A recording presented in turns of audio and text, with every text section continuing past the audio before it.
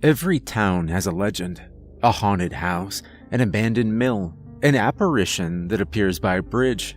Myths and legends are symbiotic with the Midwest, and every town I've lived in had one or two peculiar locations that leave you scratching your head.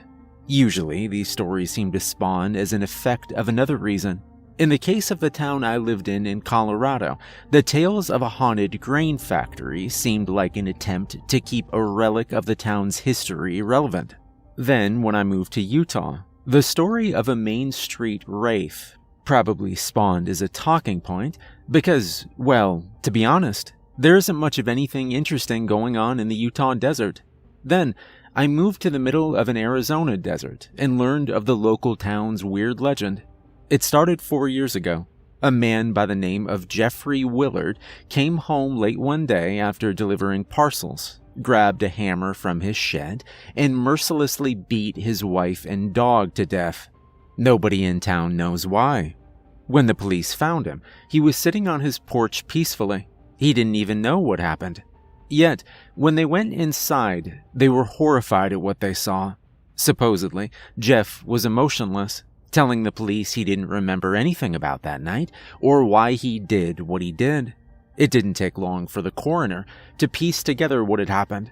The evidence was clear. Willard was a murderer. A local friend of mine by the name of Dwayne Yolis, who was the responding officer that night, refuses to talk about his experiences that evening. While I was moving in, Dwayne helped me and my wife get acquainted with the town, and as a result, we've become good friends. We've talked a lot about each other's lives, my own experience in the police force, and I learned a lot about him from his stories, both funny and mundane. One evening, he briefly mentioned the Willard murder, and I asked him to tell me more about it. He outright refused. I understand why, too. If you've never lived in a small community, it's hard to know how a violent crime can change things. He did make one brief note, however, which was this. Jeffrey Willard was a standout man who loved his wife and loved God. He never would have done something so heinous unless something had caused him to go mad.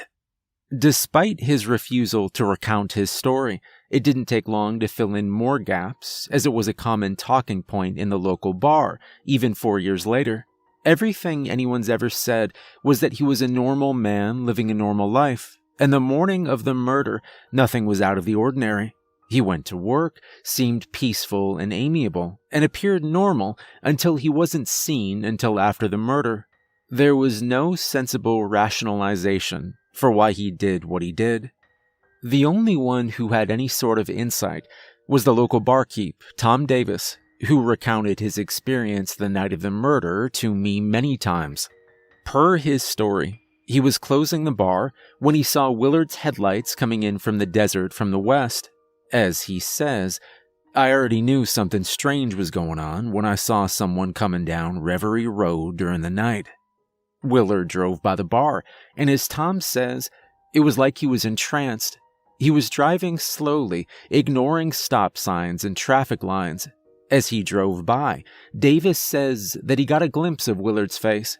To this day, Davis insists that there was no life in the man's eyes as he drove by.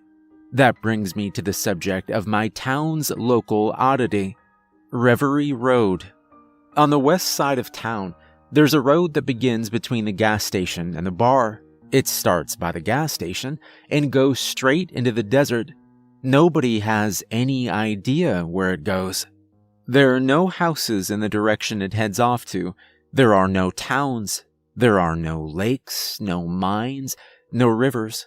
There are no hotels, schools, gas stations, telephone lines, windmill farms, power plants, landfills, cattle ranches. The road does not have a highway marker. It does not even have marks in the pavement. Reverie Road is an enigma. The road does not go anywhere, but has been here even before the town.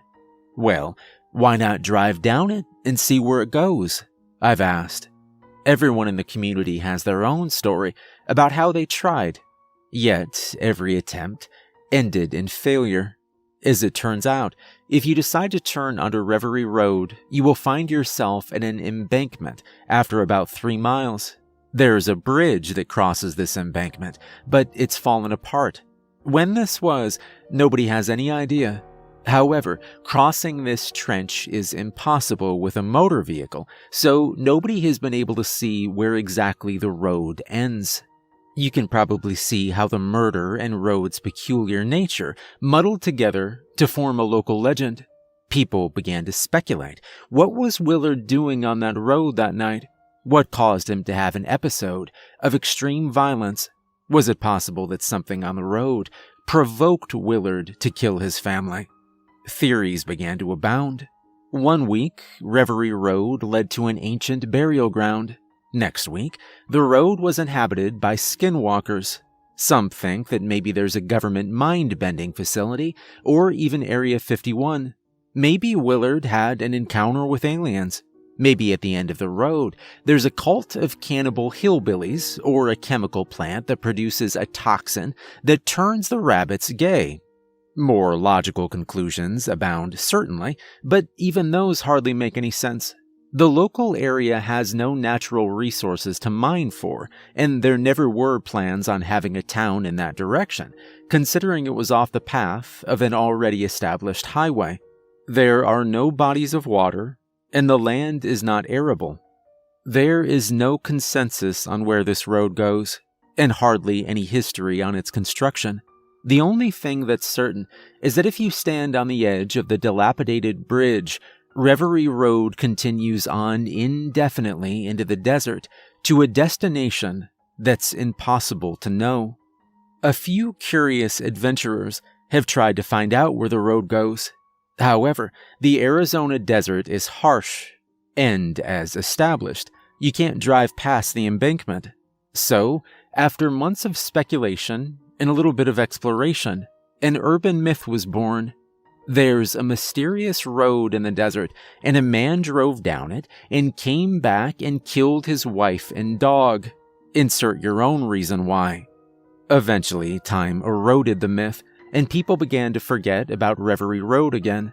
The story of Willard's violent act silently became a bruise in the town's history. Life began to return to normal, and only fragments of the original fascination with this street remained. There were still believers, but for the most part, nobody cared to speculate further. Reverie Road was just a road. That was until yesterday morning. There's no way to cut to this. I was minding my business, filling my car up at the gas station. It was a typical Monday morning. My wife was in the passenger seat when she suddenly tapped on the window and pointed out into the desert. I turned towards the road and quickly saw a shape moving towards the town. I watched as it drew nearer, and eventually those that were nearby stopped what they were doing to see this mysterious figure emerging from the desert. Soon, the shape came into focus as it got closer. It was a man limping, and he was dragging something behind him. As it got closer, I could hear my wife scream from inside the car, and my heart dropped. It was Tom Davis, the barkeep. He was shambling up Reverie Road, a chain wrapped around his torso as he walked laboriously towards us. Behind him, something heavy dragged on the pavement, streaking it red. I ran up to him, the small crowd of people coming with me. I called out Tom's name, but he didn't respond, instead continuing to move forward. Then, when we were no farther out than a few meters, I stopped, and I could feel my body freeze. Tom Davis was dragging a body behind him. The crowd stopped moving. In the Arizona heat, I could feel goosebumps form. I stood awestruck as I watched the details slowly emerge.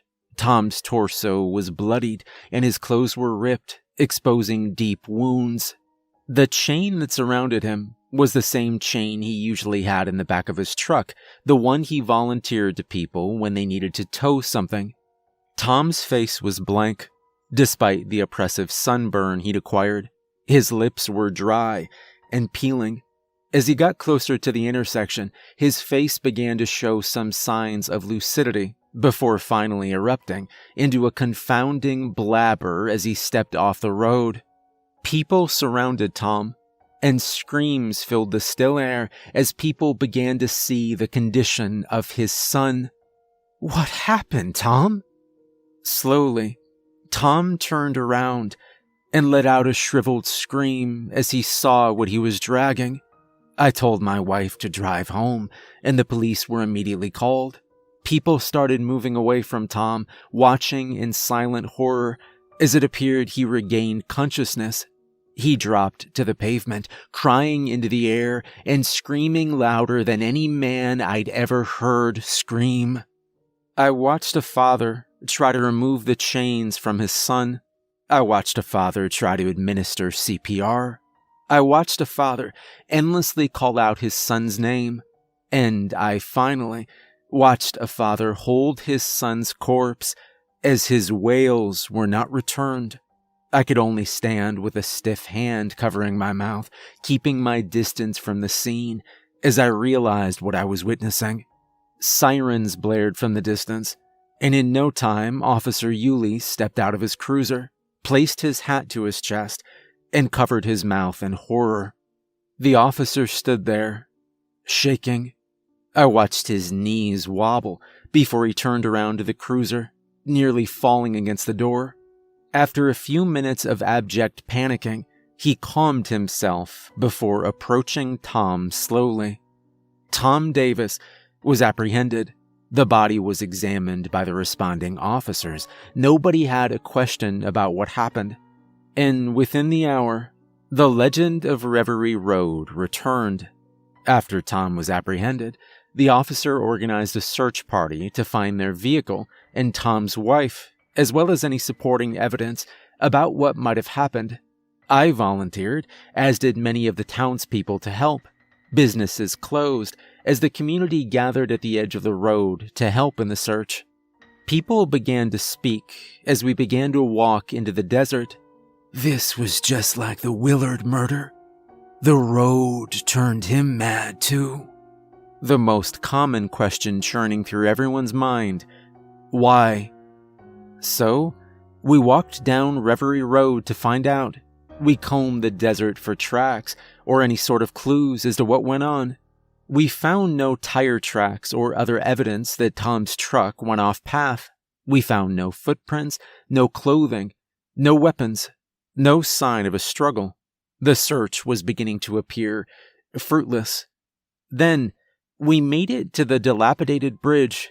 The bridge was still broken apart in the middle, as anyone would come to expect, but something caught us by surprise. Tom's truck was on the other side of the trench. There was no evidence he drove into the trench. The ground and dry brush was undisturbed. Instead, it appeared as if he somehow drove over the bridge. Weirder yet, the white Ford was still running, as if it had been suddenly abandoned. One of the tires was flat, with a knife sticking out of it, as if sabotaged. The ground surrounding the vehicle was disturbed, and blood painted the windows and hood. I heard a woman from beside me sputter out, pointing at the side of the car. "Oh my God!" I looked to see what she was pointing at, and I quickly pulled her away as I covered her eyes. There was a hand dangling from inside the car, blood dripping down the arm. Officer Ulysse called in that they found Tom's wife shortly after. Then, without pause, I saw him turn to us, terror in his eyes. He told us we should turn around and that the search was concluded. On the way back, nobody spoke. Last night, I went to go drink. I think after everything I'd seen, I needed it. There were more people at the bar than usual. Good for them. There was a heavy air as one of Tom's friends was managing for the night, but he acted solemnly and talked very little, only servicing people's requests. Surprisingly, Officer Yulee showed up as well. He was still in uniform and sat in the corner without talking to much of anyone. After an hour of talking with some of the other locals, I decided to check up on him to make sure he was all right. He saw me approach, nodded, and stared out the window at the road. I sat down, prying my eyes to see what he was looking at, and eventually I spoke. "You all right?" He stiffened up, laid back in his chair, and nodded. Yeah. I ordered a drink for both of us, and I brought the topic to the Cardinals and their current season. Yuli seemed mildly interested, but the conversation didn't go anywhere. I was preparing to leave to give him some time, but then he spoke to me. "You know, the night of the Willard murder,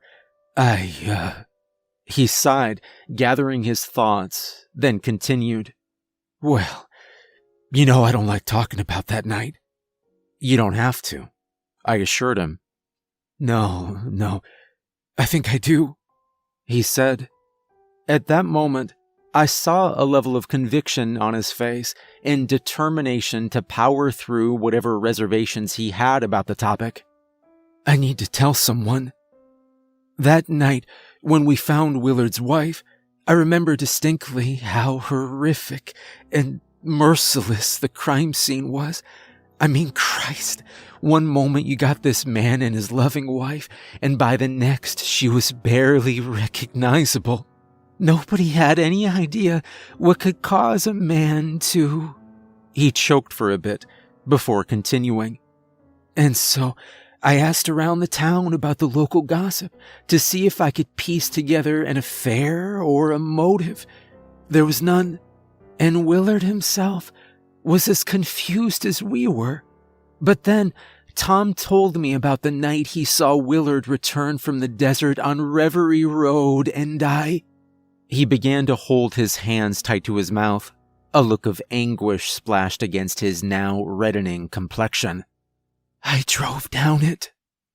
I paused, waiting for him to continue. "What did you see?"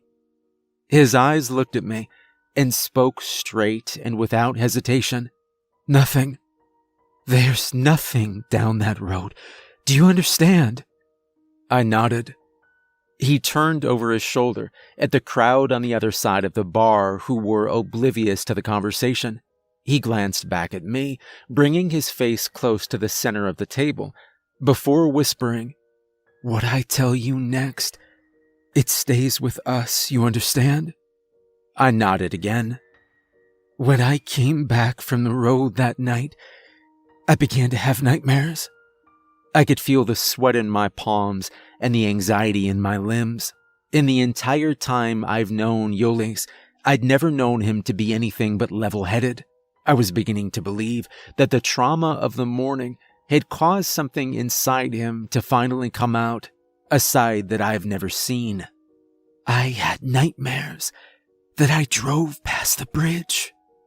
I took a drink from my glass, not sure what to say. At first hearing, it didn't seem strange that he dreamed about the road after filling his mind with thoughts, but there was one word that stuck out to me. He said nightmares. What was on the other side? "I don't remember. I never remember, but I dreamed I was Willard that night, that I was the one with the hammer, and that I was the one who..." He paused, trying to collect himself. "I dreamed that I did what Willard did." I placed my hand on his wrist. "Look, you had a nightmare after a traumatic event. There's nothing abnormal about that." "No," he said. "No, it wasn't just a normal dream." He said, "I had another one last night, and it wasn't about Willard." I froze. "You're not saying..." "I am," he said, nodding slowly. "Tom?" "I saw it all. I was Tom Davis in my dreams. I saw the man and his family take a turn on the road. I saw him drive through the dark desert. I saw him approach the bridge and..." He gulped. "When he was on the other side, I saw what he used on the son. I saw what he did to the wife." My mouth just hung open. I didn't know what to say. Yolis was letting tears stream down his face at this point. and I sat silently. "You didn't see the wife's body," he continued, "but I did, and it was exactly as Tom left it, weapon and all." Another long pause. "How can someone do those things? I could have stopped him. I saw it coming. I could have stopped it from happening." I wanted to try and calm him down, try and tell him there was nothing he could have done. Instead, I sat silently, taking in everything I'd heard. The conversation turned back to other things, and I tried my best to keep his mind off of whatever was eating at him. We only hung around for another hour before the bar closed, and I wished him farewell. He said goodbye, a faint optimism that maybe everything was going to be fine. I knew deep down that he wasn't going to sleep that night. So I got to my car and began driving out of the bar lot. Not long after, I made it to the stoplight at the intersection with Reverie Road. The air was warm and still, and as I waited for the light to turn green, my eyes went to the dark road that drifted into the vast desert. The streetlights illuminated the entrance, but that was it. Reverie Road was shrouded in black. I turned my gaze back to the street ahead of me, staring at the main street again, continuing my wait as the light was still red. Then, like a magnet, my eyes went back towards Reverie Road. Its draw overpowering, and the allure indisputable. I began to wonder, how much could it hurt to go down this road real quick to see if I could find something myself? It was pulling my focus, and all I could wonder was what was down there. Nothing. That's what Yulis had said. There's nothing down that road. Do you understand? But there was something. I could feel it. The road was sucking me in. A car honked behind me, and I looked back up to the traffic light. It was green. Without hesitation, I put my turn signal on, turned up my headlights, and I turned onto Reverie Road. I drove into the desert, carefully and slowly. I had my brights on, the wheels of my car dipping and rising with the imperfect asphalt. The stars above me were faint, and the desert around me was infinite. All the while, I kept thinking to myself, there's nothing down this road. This is stupid. I should turn back. I was 2 miles in. There was no turning back. The loneliness was unmistakable. It felt like I was the only living thing for hundreds of miles, and even the light of the town behind me was fleeting. I turned the radio up for some company, but it eventually faded to static. Then, I made it 3 miles in. I slammed on my brakes. I heard the tires under the car screech, and I was kicked forward in my seat. My headlights illuminated the sight before me, and I could feel my breathing become labored. I sat motionless, and I must have been wide-eyed as a deer caught in the headlights. I began to shake, and I knew that something was wrong. The bridge before me was intact. I sat in my car, gripping the steering wheel. Impossible. With my car still running, I stepped out of the driver's side, placing my foot on the asphalt underneath. Without removing my gaze, I eyed the bridge before me. Tom's truck was still on the other side, abandoned and lifeless, still covered in blood. I stepped forward to the edge of the bridge. The road continued into an abyss of darkness stretched out before me in the headlights. I began to feel a breeze pulling me in. It would be so easy to step forward, to traverse the bridge, and make it to the other side. I could finally find out where the road went. I stood, continuing to stare into the darkness, when I saw 2 lights come on far ahead.